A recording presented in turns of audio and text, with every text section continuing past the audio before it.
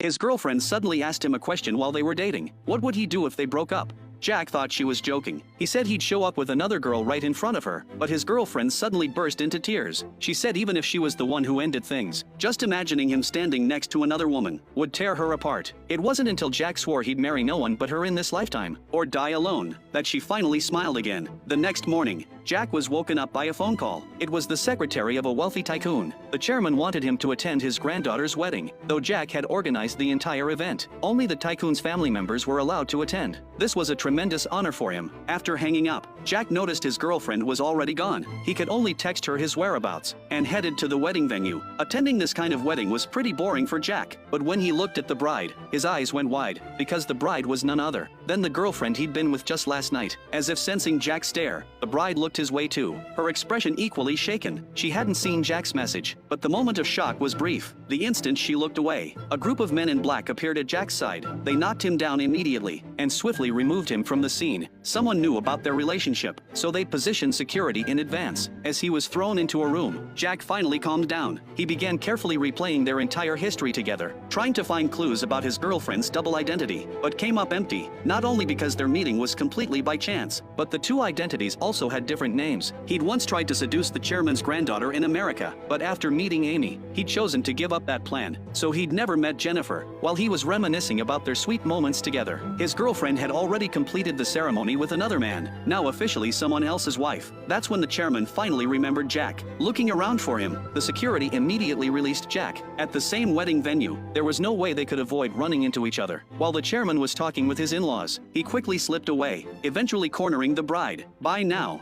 anything he said was too late. After throwing the watch she'd given him on the ground, Jack just wanted one reason why she'd abandoned him to marry someone else. Her grandfather promised her shares in the company. This kind of marriage was exactly what she wanted. This answer broke Jack's heart even more. Conditions he could never meet. He'd wrongly believed his girlfriend wasn't materialistic. She stepped over the watch and walked away. He silently picked up the watch and put it back on.